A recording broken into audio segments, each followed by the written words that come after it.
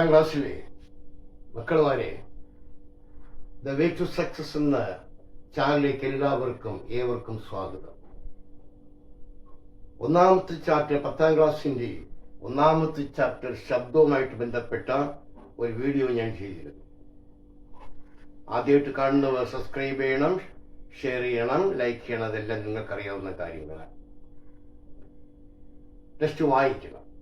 ടെസ്റ്റിനകത്ത് ഓരോ വാചകവും ഒരു ചോദ്യത്തിന് ഉത്തരമാണ് എന്ന് തിരിച്ചറിയുക. ദോലനവുമായി ബന്ധപ്പെട്ട കാര്യങ്ങളാണ് കഴിഞ്ഞ വീഡിയോക്കകത്ത് പറഞ്ഞത്. അതിന്റെ തുടർച്ചയാണ് ഇന്ന് ഞാൻ ഇവിടെ പറയാൻ ഉദ്ദേശിക്കുന്നത്. ശ്രദ്ധിച്ച് കാര്യങ്ങൾ ആവർത്തിച്ച് കേൾക്കുക. ദാണ്ടേ, ആ പെൻഡുലത്തിന്റെ നീളം കൂടുന്നു, ഊഞ്ഞാലിന്റെ നീളം കൂടുന്നത് പോലെ പെൻഡുലത്തിന്റെ നീളം കൂടിയാൽ എന്തെല്ലാം മാറ്റങ്ങൾ സംഭവിക്കാം.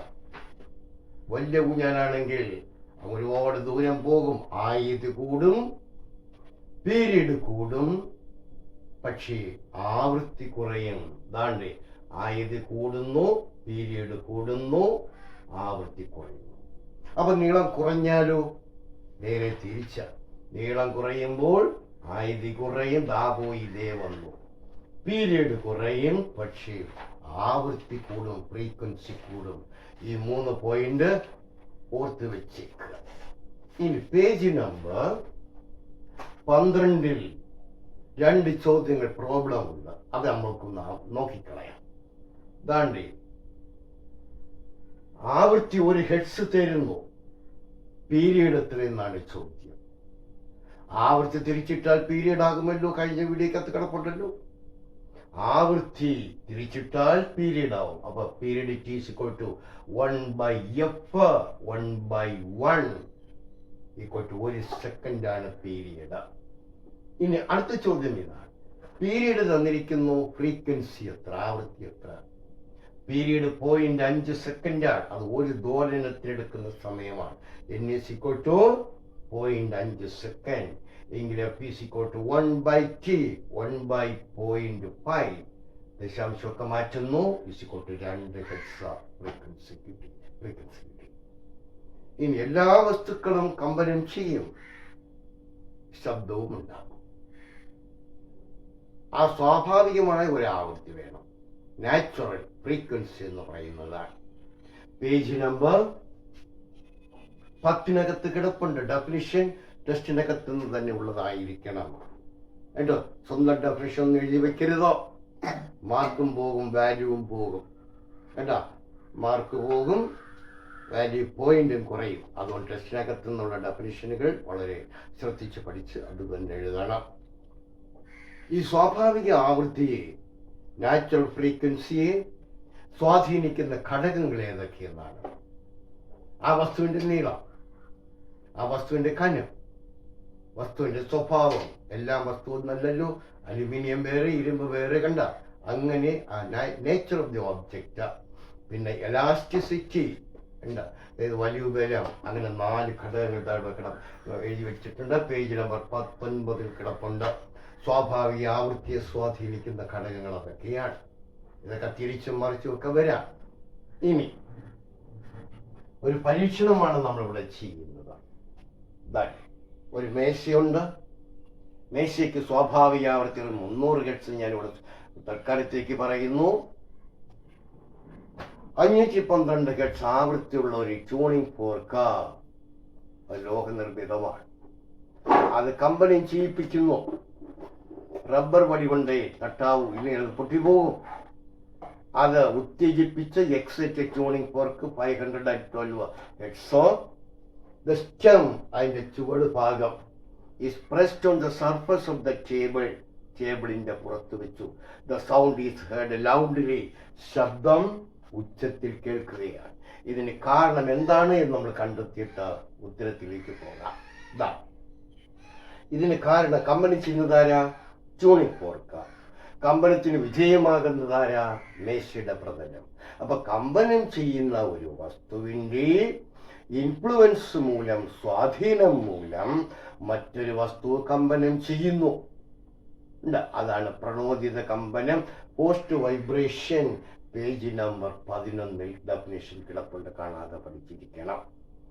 ഇനി ശബ്ദ ഉച്ചത്തിൽ കേൾക്കുവാൻ കാരണം എന്നാൽ മേശയുടെ പ്രതലം ട്യൂണിംഗ് ഫോർക്കിന്റെ അതേ ആവൃത്തിയിൽ കമ്പനം ചെയ്യുന്നത് കൊണ്ടാണ് എന്നവിടെ എഴുതി വയ്ക്കണം. ഇപ്പോ മേശയുടെ ആവൃത്തി സ്വാഭാവിക ആവൃത്തി 300 ആണെങ്കിലും കമ്പനം ചെയ്യുന്ന വസ്തുവിന്റെ അതേ ആവൃത്തിയിലായിരിക്കും മറ്റൊരു വസ്തു കമ്പനം ചെയ്യുന്നത്. വേണ്ട, അപ്പൊ മേശയുടെ ആവൃത്തി 300 ഹെർട്സ് ആണെങ്കിലും സ്വാഭാവിക ആവൃത്തി അതാണെങ്കിലും ഇപ്പോൾ കമ്പന ആവൃത്തി എത്രയാണെന്ന് ചോദിച്ചാൽ ട്യൂണിംഗ് ഫോർക്കിന്റെ അതേ ആവൃത്തി പറയണം, 512 ഹെർട്സ് എന്നുള്ള പറയണം. ഇനി അടുത്തതായിട്ടോ ഒരു മേശയുടെ പുറത്ത് 5 ഹാക്സാ ബ്ലേഡുകൾ, തുണ്ടുകൾ, ഒരേ വസ്തുവാണല്ലോ. പക്ഷേ എ സി ഇ ഇത് 3ഉം ഒരേ നീളമാണ്. ബി ഡി എഫ് അതും ഒരേ നീളമാണ്. ഇതിൽ ഏതൊരു ബ്ലേഡ് കമ്പനം ചെയ്താലും മറ്റെല്ലാ ബ്ലേഡുകളും കമ്പനം ചെയ്യും, മറ്റെല്ലാ ബ്ലേഡുകളും കമ്പനം ചെയ്യും. പക്ഷേ ഒരേ ആവൃത്തിയിൽ കമ്പനം ചെയ്യുന്നത് ആരൊക്കെയാണെന്ന് ചോദിച്ചാൽ ഒരേ നീളമുള്ളത് എഴുതണം. എയും സിയും ഇയും ഒരേ ആവൃത്തി, ബിയും ഡിയും എഫും ഒരേ ആവൃത്തി. അങ്ങനെ പ്രത്യേകം പഠിച്ചു വെക്കണം. ഒരേ നീളമുള്ളതെല്ലാം ഒരേ ആവൃത്തിയിൽ കമ്പനം ചെയ്യുന്ന എഴുതണം അവിടെ. ഇനി ഏതെല്ലാം ഒരേപോലെ കമ്പനം ചെയ്യും? A C E, B D E ഒരേ നീളമായത് കൊണ്ടാണ്, ഒരേ വസ്തുവാണല്ലോ, ഒരേ നീളമായത് കൊണ്ടാണ് ഇത് പ്രണോദിത കമ്പനവുമായി ബന്ധപ്പെട്ട് വേണം ഉത്തരം അവിടെ എഴുതുവാൻ. പ്രണോദിത കമ്പനത്തിൽ രണ്ടിന്റെ ആവൃത്തി ഒരുപോലെ ആകുമ്പോഴാണ് അത് ആ സ്വഭാവത്തിൽ നമ്മൾ അനുനാദം എന്ന് പറയും. അതിന്റെ ഡെഫിനിഷനും ടെസ്റ്റ് കിടപ്പുണ്ട് ഡെഫിനിഷൻ. ഇനി രണ്ട് വസ്തുക്കളും അനുനാദത്തിലായിരിക്കും. അങ്ങനെ അനുനാദം മൂലം പ്രവർത്തിക്കുന്ന ചില ഉപകരണങ്ങളൊന്ന് പരിചയപ്പെടാം. പ്രണോദിത കമ്പനം മൂലം ആണെങ്കിലും നമുക്ക് അവിടെ എഴുതാം. MRI സ്കാനിംഗ് ഉണ്ട്, റേഡിയോ ട്യൂണിംഗ്. റേഡിയോ ട്യൂണിംഗ് എന്ന് പറയുന്നത് ഒരു നിശ്ചിതമായ ആവൃത്തി നമ്മൾ തിരഞ്ഞെടുക്കുന്ന പ്രവർത്തനമാണ് ട്യൂണിംഗ്. ടി വിയിലുമുണ്ട്.